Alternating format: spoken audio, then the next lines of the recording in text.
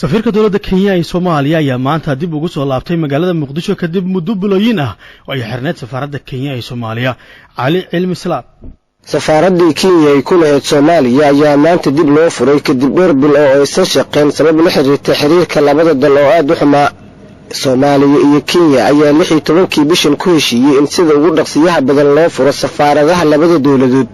kadib wada hadal taleefanka ah oo dhaxmaray wasiirka arrimaha dibadda Soomaaliya Maxamed Cabdirasaaq Maxamuud iyo dhigiisa Kenya Rajal Omamo. safiirka Kenya u fadhiya Soomaaliya Lucas Tumbo ayaa maanta dib ugu soo laabtay magaalada Muqdisho iyada oo la raacayo fulinta heshiiskii ay gaareen labada dawladood ee lagu soo celinayo xiriirka labada wadan. 6 bilood ee la soo dhaafay Lucas Tumbo ayaa Muqdisho ka maqnaa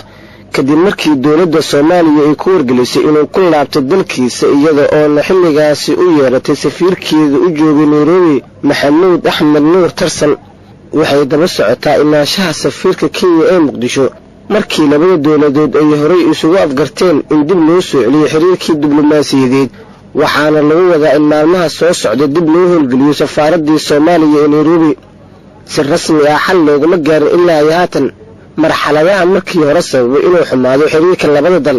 sida dacwadda badda qaadkii laga keeni jiray Kenya oo lagu iibin jiray suuqyada Soomaaliya oo aan weli la fasaxin iyo dacwad kale oo dhawaan Soomaaliya ay ka gudbisay Kenya kadib duqeymo ciidamada Kenya ay ka geysteen gobolka Gedo ay ku dishay dad rayid ah. iyadoo intaasi jirto Muqdisho iyo Nairobi ayaa hadda ka shaqeynaya dib u soo celinta xiriirka diblomaasiyadeed oo waayadii dambe mugdi ku jiray. Soomaaliya iyo Kenya ayaa ah laba dal oo dad iyo xuduud wadaag ah waxaana isku xiran oo aan kala maarmin amniga diblomaasiyadda iyo socodka labada dhinac.